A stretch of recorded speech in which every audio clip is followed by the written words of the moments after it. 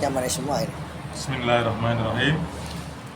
Assalamualaikum warahmatullahi wabarakatuh. Waalaikumsalam warahmatullahi wabarakatuh. Apabila kita simak ayat 15 15. di surat 8. Tema dari surat 8 ayat yang ke-15 ini, haramnya mundur dari medan perang. Masya Allah. Lari dari medan jihad.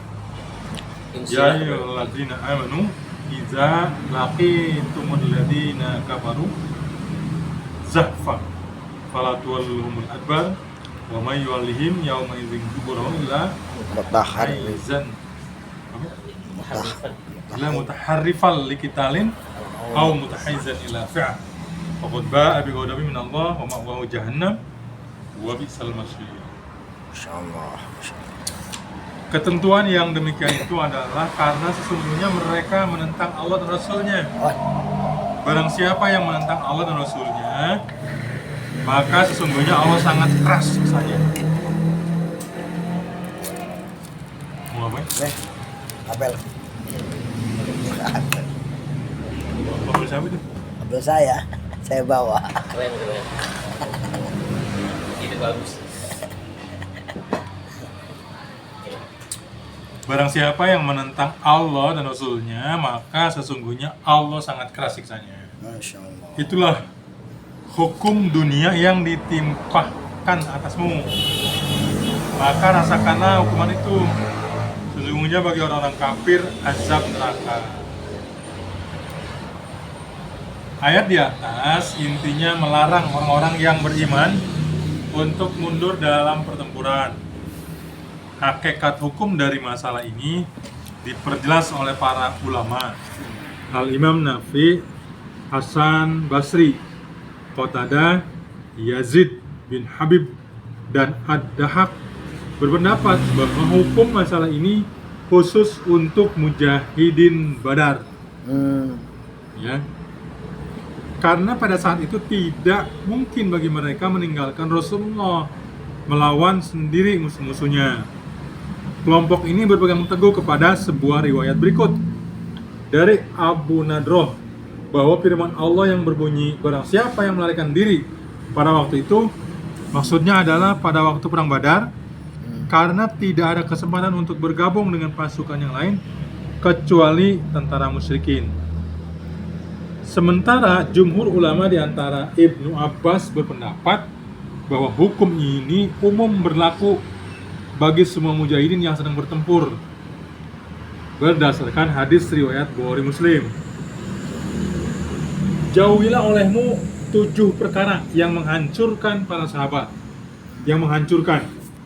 Para sahabat bertanya, ya Rasulullah, apa saja 7 perkara itu? Rasul menjawab, syirik kepada Allah, sihir, membunuh jiwa yang diharamkan oleh Allah kecuali dengan hak, makan riba, makan harta yatim, melarikan diri waktu perang, dan menuduh zina pada wanita yang baik dan beriman. Ibnu Abbas menafsirkan kata waktu perang sebagai isyarat waktu pertempuran, bukan pada waktu perang Badar saja. Dari dua pendapat di atas, pendapat kedua tampak lebih kuat. Jadi bukan hanya di Badar, seluruh medan pertempuran. Nggak boleh ya, balik kanan. Balik kiri. Balik kanan mau boleh. Gerak. Kalau balik kiri nggak ada. Balik kanan. Balik kanan. Balik kanan. Balik. Tadabbur ayat. Orang-orang yang beriman harus lebih unggul dari orang kafir dalam berbagai hal, termasuk keberanian. Bahkan Allah Subhanahu wa taala mengancam kaum mukminin yang melarikan diri dari serangan orang-orang kafir. Paket ya. Sejelek-jelek tempat bagi mereka adalah neraka. Masya Allah. Itu yang melarikan diri. Semoga Allah melindungi kita. Amin. Rasulullah menegaskan bahwa tindakan itu merupakan dosa besar dan dapat membinasakan. mundur dalam medan perang. Tindakan melarikan diri pada waktu perang amat terkutuk. Tindakan itu merupakan cerminan dari akidah yang lemah dan rapuh. Tidak ada yang dicari oleh pasukan mukminin yang mundur dari medan perang tanpa ada alasan syar'i, seperti mengatur siasat atau bergabung dengan pasukan lain, selain karena cinta dunia dan ingin hidup lebih lama. Inilah sesungguhnya inti dari ayat di atas. Lebih jauh, Said Qutb memaparkan bahwa tadaburnya bahwa sungguhnya hati orang yang beriman harus kokoh dan kuat, tidak dapat digoyahkan oleh kekuatan apapun di atas muka bumi. Hati orang yang beriman menyatu dengan kekuatan Allah yang maha kuasa dan perkasa. Masya Allah. Kalaupun hatinya tergoyah karena suatu bahaya yang menghadangnya, maka tidak sampai pada tingkat melarikan diri. Ajal manusia di tangan Allah, maka tidak boleh hal ini dilakukan orang yang beriman hanya karena khawatir terhadap kehidupannya. Dan hal ini bukanlah pemaksaan diri di luar kemampuan, karena seorang mukmin adalah manusia yang menghadapi musuhnya yang juga manusia, sehingga dari satu sisi keduanya adalah sama. Muncul orang cara sehari dia dahar nasi, aing gak dahar nasi, aing dahar kejo, dia dahar kejo, sarwa. Ayo dia rek. No. Jeung aing mah. Aing. Jeung aing. Begitu kan. Enggak kan? Gak tahu orang Pandat itu kan? Nggak usah lah, nggak usah berantem. Berani. Aduh. Hanya Jihad, karena jihad. kelebihan orang yang beriman memiliki hubungan yang kuat dengan Allah. Masya Allah. Jika ia hidup, ia akan kembali kepada Allah. Dan kembali kepada Allah juga tidak ditaksirkan tidak meraih syuhada. Oleh karena itu dalam segala hal, orang yang beriman lebih kuat dari lawan yang dihadapinya yang berstatus menentang Allah dan Rasulnya. Untuk itulah dengan tegas Allah menjelaskan hukum ini. Islam menjadikan jihad sebagai bentuk ibadah yang paling tinggi, zirwatus sanam. Dengan jihad, kualitas akidah seorang muslim yang sungguhnya akan semakin tampak. Inilah tarbiyah imaniyah dalam jihad fi sabilillah, yakni terbentuknya keyakinan adanya pertolongan dan kemenangan dari Allah. Berani dalam menghadapi musuh bukan berarti mempercepat datangnya ajal. Sebaliknya, takut menghadapi musuh bukan berarti memperlambat datangnya ajal.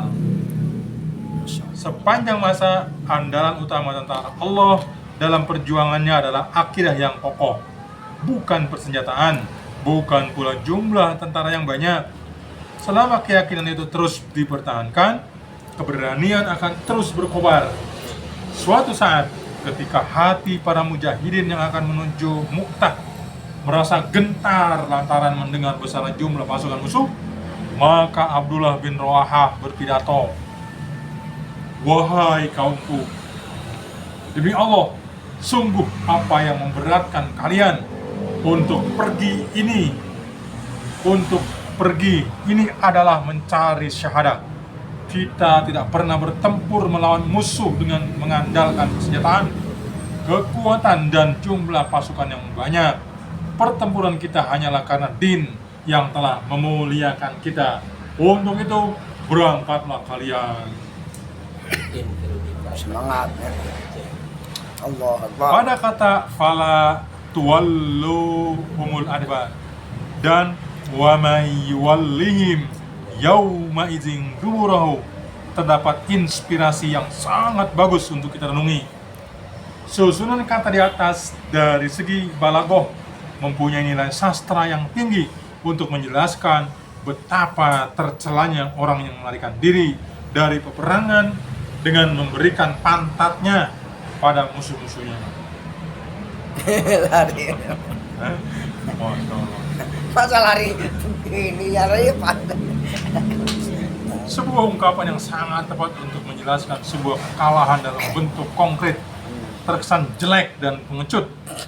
Mereka yang melakukan ini sungguhnya bukan kembali dengan membawa keselamatan jiwanya, Justru sebaliknya, sungguhnya ia kembali dengan membawa kecelakaan, yakni murka Allah Subhanahu wa Ta'ala, yang akan membawanya ke tempatnya yang terakhir, yaitu neraka jahanam, sejelek-jelek tempat kembali. Wallahu a'lam bishawab. Assalamualaikum warahmatullahi wabarakatuh. Salam. Itu kalau mundurnya untuk saat pergi bisa kali ya? Nggak boleh.